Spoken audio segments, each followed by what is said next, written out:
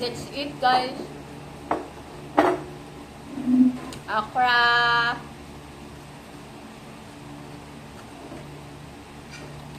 Daghan nagbunga ang kalamansi sa Tagaytay. Gisalipdan ka. Daghan nagbunga ang kalamansi sa Tagaytay. Di pasa sa ko ni Belma ang picture. Dagbong bunga. Oh. Hapit niya sa kamag-anak mo.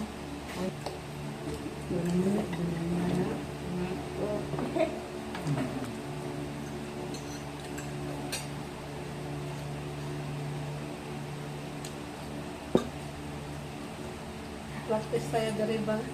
Pinaglaban niya talaga. Kaya walis mo. Ako, di ba sila? Pagtalo siya. Why it's so hot?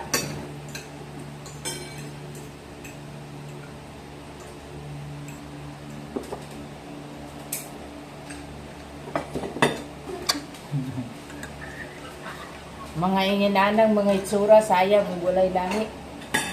Mga inanang itsura ha. Sayang kayo na, way mga lahi na.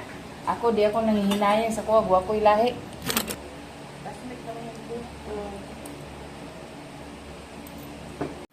Na kung bakit ipasabat mo sa imuhang anak na bakit nagkahiwalay sila ng kayong mag-asawa.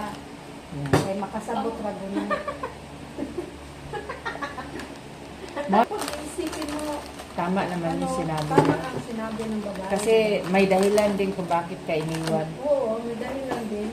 Kaya kung mahal ka talaga ng lalaki, hindi ka iiwan yan. Yeah. Kung baga, kung nakukontinto siya sa'yo, hindi ka niya iiwan. Tama. Hindi siya nakukontinto. Babayaan mo siya, mga big, ganyan yan. Masakit man daw, pero Sa umpisa lang yan, sa umpisa lang daw yan. makamove on ka rin. Baka, Baka move on ka nga yung namatay yung taong mahal mo, kana pang buhay lang siya. Oo, makikita, madarating din naman sa'yo kung ano din ang ibibigay sa'yo. Pakita mo, malakas ka. Ganun daw. Ganun daw, pero Ganyan talagang tao, no? Pati sa tuwaba nga, pero yung mo magpakamatay, no? hindi ang kanya lang, bakit kaya? Siguro, di nila kaya. Hindi niya kaya labanan sa sarili niya.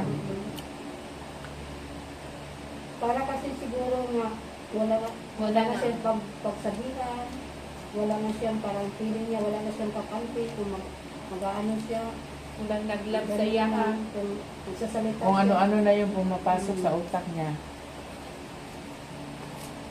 Kaya ganun.